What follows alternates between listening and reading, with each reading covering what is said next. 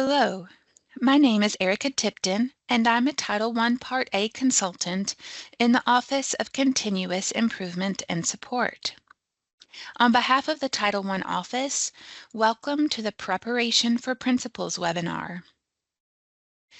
The consolidated monitoring process at the Kentucky Department of Education typically includes the following programs: Title I Part A, Title I Part D, Title II Part A, Title III, Title IV Part A, Title V Part B, Alternative Education Programs, and Preschool. This webinar is intended only to prepare you for the Title I Part A portion of your consolidated monitoring visit. If other programs are applicable to your school, please reach out to that program's coordinator for further information on what may be needed to prepare. Before we talk about specifics for preparation, let's talk briefly about the purpose of our monitoring visit. The Kentucky Department of Education must monitor for compliance in the use of federal funds as a requirement outlined in the Code of Federal Regulations and the Uniform Grant Guidance provided by the U.S. Department of Education. But beyond compliance, our monitoring visit is viewed as an opportunity to celebrate your successes and a time for Kentucky Department of Education staff to provide focused technical assistance and education on program implementation. While monitoring can seem intimidating, please know that we are there as colleagues. While part of our visit is compliance-based, we truly want to partner with you so that we can help you reach your goals for improvement and use your Title I funds and programming to make an effective impact on your students and community. School-level resources for preparing for a Title I visit are located on the Title I Part A Documents and Resources page and include things like the monitoring checklists. These outline the indicators that KDE staff will focus on during evidence review and interviews. Separate checklists are available for school-wide programs and targeted assistance programs. You'll also find parent and family engagement resources, such as frequently asked questions, policy and compact checklists outlining the required components of each document, and editable policy and compact templates that schools may use when creating policies and compacts. There are also a few additional PFE resources in the Sample Documents folder, such as parent notification letter templates or sample compact discussion documents, for example. Take some time to review these resources as you prepare for the Title I visit and use your checklists not only as a guide for collecting your evidence, but as a self-assessment tool that can give you a good gauge of where you are with your current Title I programming and where you need to go. While we won't spend time going over each of these tools in this webinar, let's take a quick look at the school-wide program checklist, since most schools we visit will fall into this category. The school-wide checklist is broken down into 3 sections: needs assessment and school-wide program monitoring, school program design and effectiveness, and parent and family engagement.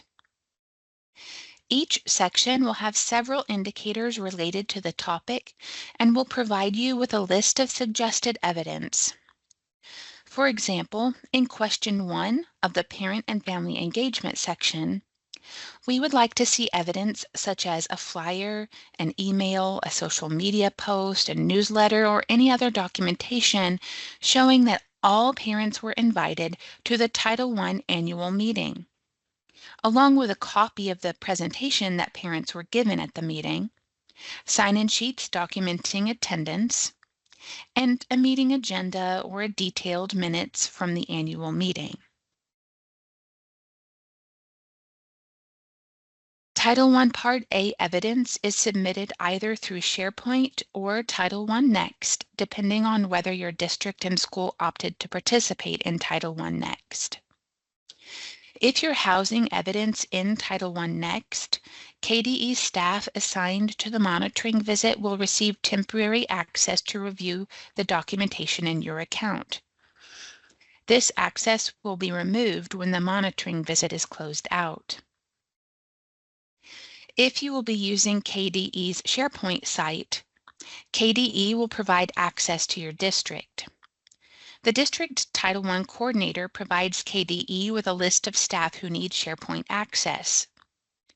Some districts may find it easier to have documents submitted to the program coordinator who then uploads to SharePoint, whereas others may wish to add access for their principals. We do leave this decision up to the discretion of your Title I coordinator, so check in with your contact for how your district will decide to provide all evidence. Title I Next and SharePoint folder structures are designed to align with KDE's monitoring checklists. Uploading evidence in the appropriate folder makes it easier for us as reviewers to locate the correct document. Required evidence must be submitted 2 weeks prior to your monitoring visit, although the earlier the better. Having your evidence submitted timely helps us to ensure that KDE's staff have ample time to review prior to the visit. Reviewing evidence beforehand helps us to determine what follow-up questions to ask during our interviews. Please refrain from submitting links to documents stored in an online space, such as Google Drive. And there are several reasons for this requirement. We need to be able to control who has access to the documentation and for how long, which we can't do through a district's Google Drive. We also need the documentation to be stored in accordance with a standard file structure, as this enables us to move more quickly through the evidence. Additionally, KDE archives monitoring documentation in a secure SharePoint site per our record retention process. Maintaining all documentation after the fact is our responsibility, and we need that documentation to be stored in a location that we can control. You are the expert on your school. Use your evidence to tell us your story before we even get there. Let's take a look at some tips for providing quality evidence. Provide 1 to 2 pieces of relevant documentation for each indicator. Clearly name each file to provide the reviewer with a general idea of the document contents. If each file name provides the reviewer with a general idea of the document contents, it allows us to locate specific documents more easily and can speed up the evidence review process. Refrain from uploading the same piece of evidence multiple times. There are some instances in which one piece of evidence may address multiple indicators. Also, the same person or people will be reviewing all the evidence for your school, so as long as the document is located in one place, they will see it. Provide individual digital copies of files, such as a Word or PDF or an Excel spreadsheet whenever possible, rather than scanning in printed documents. Additional information is available in KDE's Title I Part A Documentation Training webinar.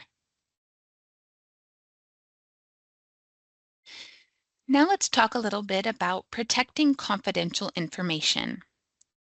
Personally identifiable information, or PII, is information that can be used to distinguish or trace an individual's identity, either alone or when combined with other personal or identifying information that is linked or linkable to a specific individual. SharePoint access will be granted to many individuals at KDE and at the district. All evidence containing PII must be redacted before being submitted to SharePoint. Protecting PII is of the utmost importance. If KDE consultants discover PII in a piece of documentation during the evidence review process, we will reach out to the district and request that the document be removed, that the PII be redacted, and then the document can be re-uploaded. Avoiding PII should be relatively straightforward, as none of the evidence for the school level indicators requires KDE to see PII level data. For example, when you're demonstrating how you use data to inform your decisions, we would prefer to see evidence of the data discussion, so the meeting minutes, email correspondence, etc., as opposed to a spreadsheet with raw data and potential PII. For the purpose of monitoring, what is PII? It's a student's name, coupled with the student's parent, guardian, or other family member's name, a student or family's address, personal identifiers such as a social security number, a student identification number, etc., other direct identifiers like the student's date of birth or place of birth, a mother's maiden name, or any other information that alone or in combination is linked or linkable to a specific person.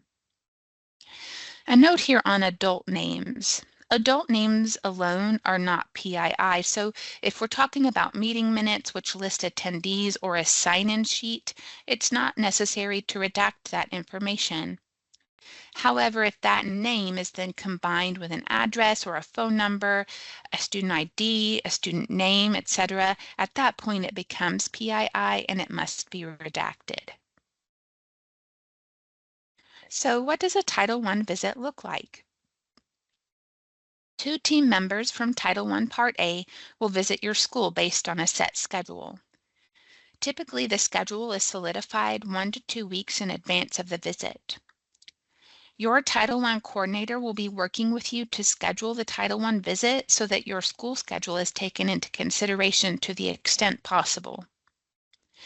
We do need to meet with the principal, so please provide an office or a conference room.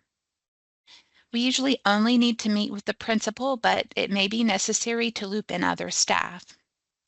For example, an assistant principal may be able to share some insights if Title I duties are delegated among leadership. Or if the school pays for a Title I parent and family engagement liaison, we would like to meet with that person during our time as well.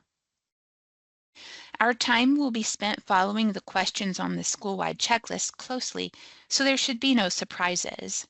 We probably won't discuss every single indicator on the checklist, especially if the evidence submitted clearly demonstrates compliance. And we likely won't spend the full 2 hours discussing the checklist indicators. The 2-hour window also includes a 10 to 15-minute tour of the building, as this helps us to get a full picture of your school climate. There's nothing specific we need to see on this tour. It's simply an opportunity for you to show us some of what makes your building special.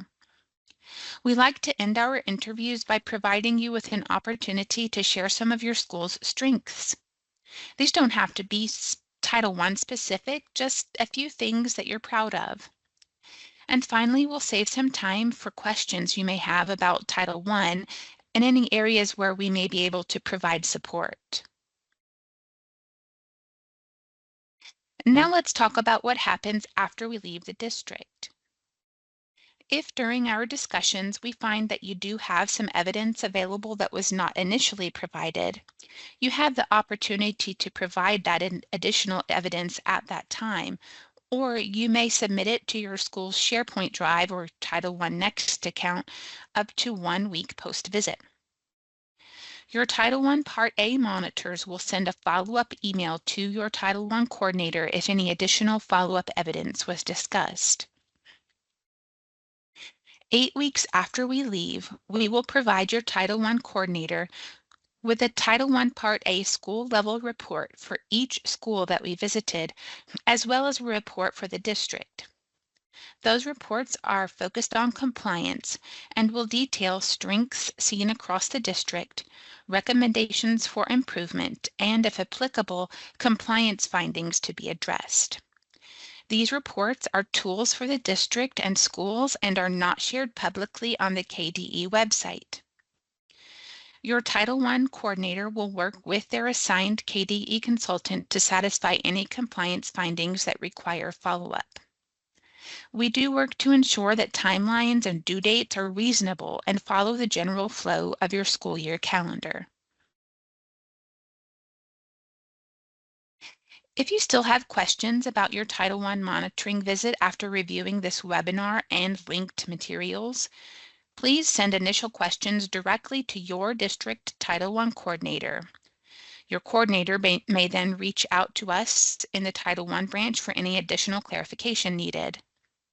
General questions about the overall monitoring process should be sent to me at erica.tipton@education.ky.gov. Questions about Title I monitoring should be sent to your district's assigned Title I Part A consultant or our branch manager, Erin Suddeth. And that concludes our presentation for today. Thank you, and we look forward to meeting with you soon.